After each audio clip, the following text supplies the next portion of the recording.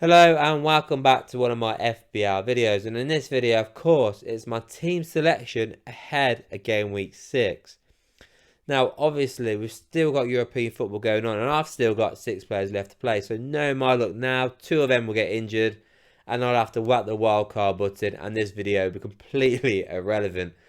But I'm praying to God that that don't happen because I'm pretty confident about what I'm going to do ahead of game week 6. But obviously, before I go through all of that, I've got to go back in game week 5 and look at how bad I got on. And you can see it anyway, it was bad. It was shocking. Only 3 players got anything for me. 38 points overall. I mean, to be fair, I got 38 points overall, but my red arrow wasn't as bad as I expected, to be fair. I thought I'd be in the millions now, but I'm still in there. I'm still in the top million, so yeah, I was surprised with that. But anyway, let's go through this team now. So in goal, I went for Turner. Failed massively. Pickford outscored him. He got a save point. I couldn't believe it. So yeah, I was watching the Forest game against Burnley. As soon as Burnley scored, I turned off. I was having a bad game week as it was. I was praying to God he got a clean sheet. As soon as that didn't happen, I didn't care if he got any save points, which he didn't, by the way. But as soon as that goal went in, turned off because I was too annoyed. So yeah, again, a shocking performance from my goalkeepers. It's just not worked out at all. I've not had a clean sheet once yet so far this season. My defence, I mean, Saliba, I said it last week. I'm confident Arsenal will keep a clean sheet against Everton. And it happened. So yeah, fair play. 6 points Saliba, happy with that. But Chilwell on the other end, I mean, I had to actually rub my eyes and double check that starting lineup when I saw it. So yeah, Ben Chilwell didn't start against Bournemouth. Absolutely gutted about that. Now Pochettino reckons he had a knock. We'll find out game week 6 if he starts. If he doesn't and Modric starts, yeah, absolutely fail of a transfer this guy's been for me. It looked so promising, the fact that we had a defender playing left wing, but it's not worked out at all so far. So yeah, really disappointed. He did come on, but he decided to get a yellow card for me. So yeah, thanks for that, Chilwell. And then finally, Akanji. I mean, this one is also frustrated me. So he started all but one Premier League game this season, and that one he didn't start, he was ill. So he wasn't dropped, he was ill. And he's just not getting the points I was hoping for. Man City are scoring 5 goals, 3 goals, but they're always conceding 1 goal. It's so frustrating to miss out on those clean sheet points. It's annoying me so much. Because at the same time, I don't want to get rid of him because the guy's starting. But at what point do I go, you know what, I've had enough? At the minute, I mean, I can't get rid of him because I've got other issues right now, but for sure, when I do wildcard, I'll more than likely just take him out because it's annoying right now. Midfield, I mean, shocking. Let's just face it, it was shocking. I got 1 assist out of 5 midfielders. Awful, really, isn't it? So, United boys, I mean, I knew it was going to be a tough game against Brighton, but I thought, you know what, we'll get at least 1 goal. No. How many chances did Rashford need? It was shot after shot after shot. I mean, if you know it's not your day, just cross the ball in and hope Højlund scores and get an assist, Rashford. It was frustrating. So yeah, it was absolutely shocking. Bruno Fernandes, I said it last week, if he ain't on penalties, he ain't in my team. He has been shocking this season as well. I know people have been saying, yeah, but he's had these chances, those chances. I don't care. We're all saying Jackson's awful now because he's had so many chances. We might as well own up and say Fernandes has been awful as well. So, 1 point, he decided to get a yellow card as well. He's been frustrating for me. I don't know how much longer I can keep him in my team, for being honest. Raheem Sterling. I mean, yeah, Chelsea. What's going on, really? What is going on with Chelsea? I mean, again, another blank for Sterling. I'm holding on to him because obviously I had him in the week we had Luton where he's got those goals. So I've got that hanging on. So if you didn't have him for that week and you bought him last week and he's blank for you twice, yeah, I do feel for you there. But yeah, unfortunately, it was a blank for Sterling again, which is just disappointing because I did think, you know what, they'll get goals against Bournemouth. So for that not to happen, it was quite a surprise. And then the Arsenal boys, I was expecting more, if I'm being honest. It was Everton. I thought this would be a 4-5-0 game. Weren't to be, but yeah, I guess I'll have to take the 9 points in total. But I expected a little bit more, particularly by Saka, really, because she expecting a lot more. Apparently, he's playing with a knock. Whether that's true, I mean, I don't know. But yeah, I'm a bit disappointed really with both of them, to be honest, to only get that. And then my strikers, I mean, Haaland scored. I mean, he had so many chances, really. Imagine if he put those chances away. That score would look a lot better than it is. But yeah, either way, he got a goal in the end. So, I mean, I captained him. Everyone captained him. He's irrelevant, but yeah, he's the guy that makes your score look better when you're having a bad week. So he's made it look better than it is. I mean, imagine if I decided to go for Sterling as captain, it would be even worse. But yeah, I'll take the 12 points I got from him. And then Morris, what happened there? I thought he had a chance of scoring.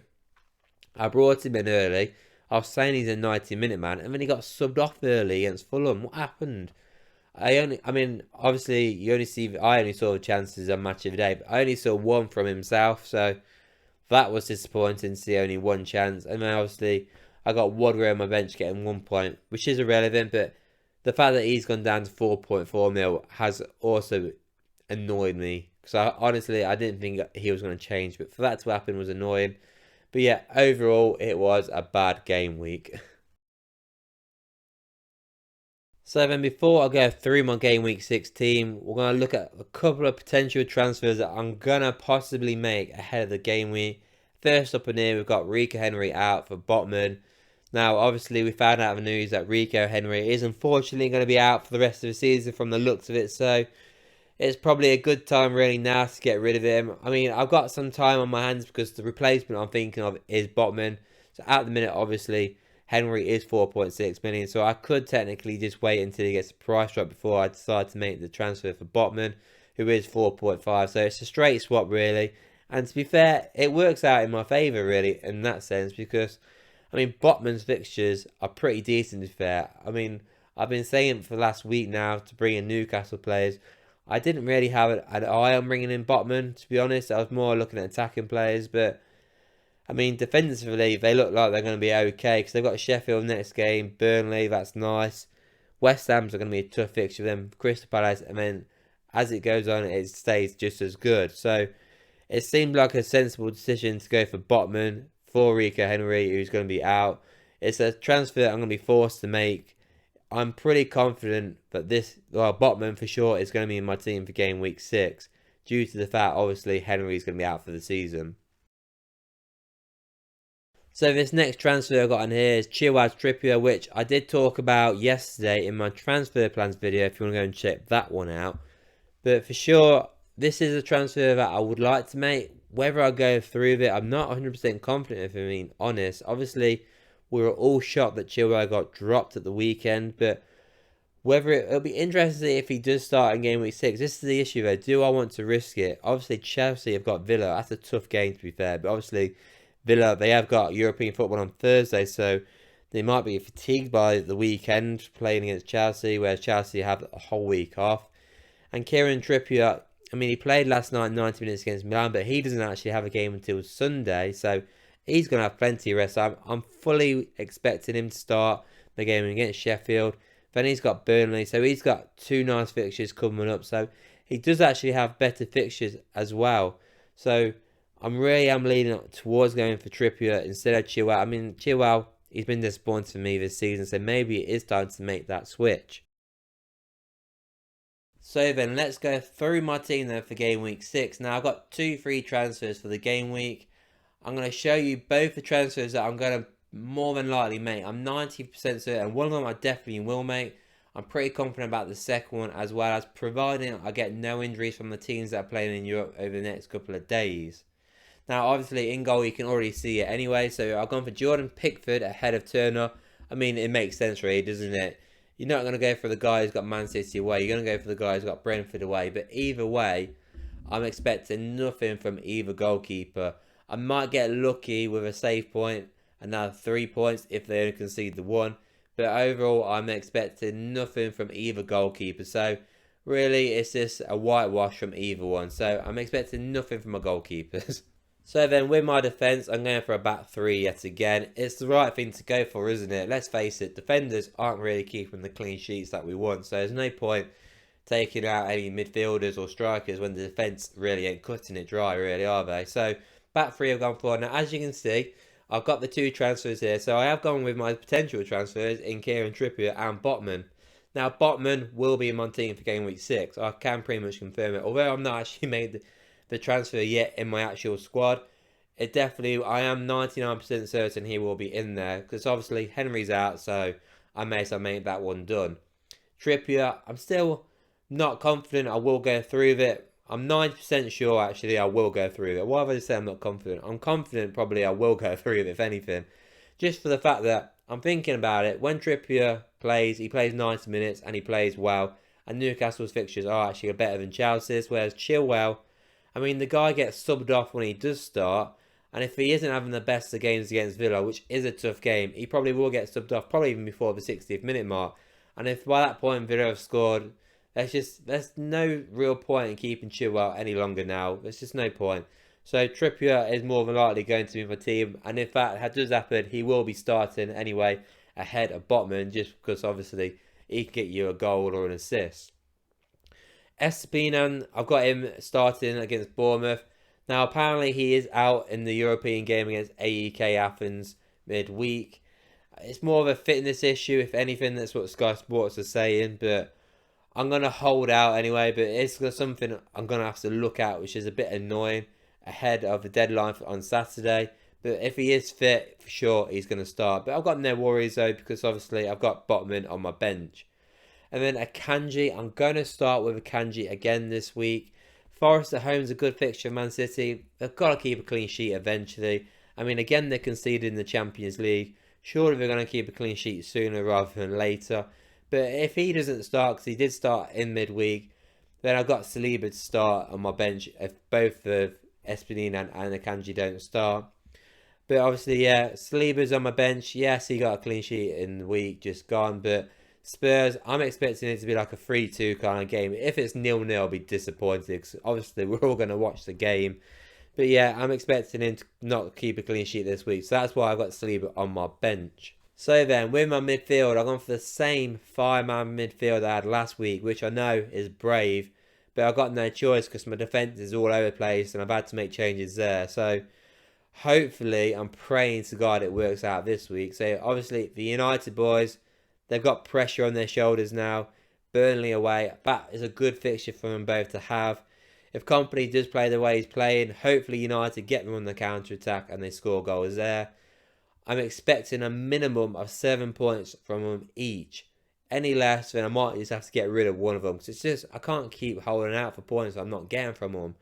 Crystal Palace is the next game, which is actually a tough fixture, but it is at Old Trafford. But does that matter at the minute? Because United just seems to be poor overall. So it's a big game against Burnley. So I'm expecting big things from them both.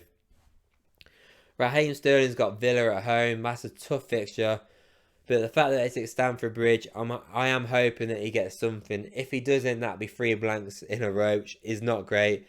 Yeah, he's got Fulham and Burnley after that, but they're going to be away. So how well are Chelsea going to do away? I don't think they're going to do that great. So it's a big week for Sterling. I know he did well for me against Luton, but the last 2 weeks, it's been disappointing. I mean, he could have had an assist with Jackson, knew how to score goals, but he doesn't. So it's a big week, really. I mean, hopefully Aston Villa, they're hot and cold. They've got European football on Thursday, so hopefully they're going to be tired for Chelsea, and Chelsea can run them ragged. And then finally, the Spurs boys. Oh, Spurs boys. I mean, the Arsenal boys. They've got Spurs, obviously, which is going to be a big derby game for them. I'm hoping it's a 3-2 kind of game, and these two get on the score sheet. If it's 0-0, I'm going to be gutted, but it's a tough game, so I can't have high hopes from both. I'm just praying it's a high-scoring game and they both get involved. So it's a big, big week for my midfield. Hopefully the Arsenal boys can come through with me, but I'm expecting the United boys to come through with me. So on one hand, I'm not expecting much, but on the other, I'm expecting a lot. So praying to God that my midfield works out this week. So then finally, my strikers now. So I've got Erling Haaland and Carlton Morris up front. Same front two as last week. Obviously, Erling Haaland, I'm expecting a good performance again. Another few goals against Forest, that'll do me nicely. Of course, he's going to be my captain. There's just nobody else to go for. Unless Haaland's injured, the captaincy won't be any more interesting. It's just going to stick as a Haaland. And Carlton Morris, I'm sticking my faith in him for this week. Obviously, I've got him for the game week 7 for double up. If he doesn't bag in any of these 3 games coming up, I'm just going to get rid of him and never look at a losing player ever again. It's a big week for him. But yeah, Haaland, I'm expecting goals. Nothing much to say, but it's a big, big week for Morris. Now, I haven't got Alvarez in my team, and I really want him in my team. He's the one player I really want in my team, and I can't get rid of Morris right now. You can't touch Haaland, so the only player I can get rid of is Woodrow. Now, I've made my 2 transfers already, so obviously that can't happen this week, which is frustrating, particularly because Alvarez has just smashed it last night in the Champions League as well, so I'm expecting him to start against Forest, so it's going to be a hard watch Man City game. I've got to pray that he doesn't perform well, because I think he's going to do well against Forest as well. I want him in my team, but I can't fit him in right now, which is frustrating. For me to get in Alvarez, what I got to do is obviously take Woodrow out and either take one of my midfielders out of either Rashford, Fernandes, Odegaard or Saka. Now, it won't be Saka, so it's going to be one of the other 3. I mean, I could take out Sterling, but due to the price, I won't have a decent midfielder instead. So if I take out Fernandes, I can get a £7 million midfielder, which I can get a decent guy in. Same with Rashford, I can get even more of a higher price midfielder. So, and same with Odegaard. So it's going to be a tough one this week to have or to not have Alvarez. So I'm praying to God he gets benched or something for this game week. But yeah, next week for sure I'll be looking at Alvarez. But even then, I'm only going to have 1 free transfer. So it actually won't be until game week 8, which is probably when I might actually go for the wild card. So it's going to be a tough week not to have him. So I'm praying to God Morris works out for me. I don't have high standards really when it comes to Luton, but they've got to win a game eventually. And to be at home against the Wolves team are poor as well, let's just pray to God he scores. But anyways, that's my team then for game week 6. That's how I'm pretty confident it's going to look. For sure, Botman's going to be in there. I'm pretty confident I will go through and get Trippier in there as well, because it does look good having him in there. Let me know what you think of this team. Let me know what you think if I should go for the double Newcastle transfers or should I get in Alvarez. Let me know what your teams are. Please don't forget to like and subscribe, and I'll see you all on the next one.